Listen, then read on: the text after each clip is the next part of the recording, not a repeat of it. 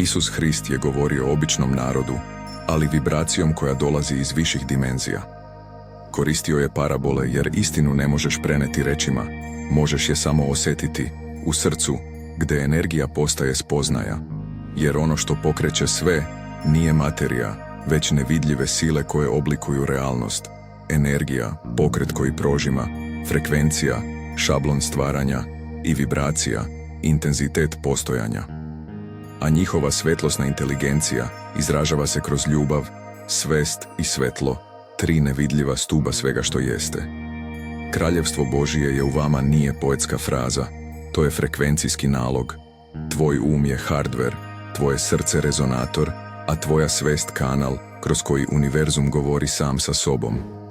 Isus nije govorio o vinogradima, već o biću koje sazreva u harmoniji sa božanskom matricom. Nije pozivao na verovanje u dogmu, već na unutrašnju aktivaciju svetlosti kroz vibraciju ljubavi. Ljubav nije emocija, to je rezonancija sa izvorom. Svest nije misao, to je prisustvo u istini. Svetlo nije foton, to je informacija u pokretu. Isus Hrist je put, jer je pokazao kako se vibrira sa božanskim. On je istina, jer ujedinjuje nauku svetlosti i duhovnost svesti. On je život, jer je kanal kroz koji sve dolazi i kome se sve vraća. Nema mistike.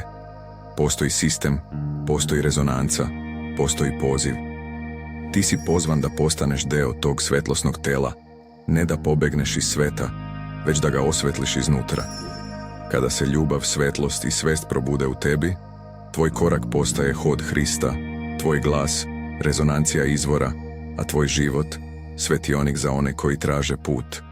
Hristos voskrese, voistinu voskrese,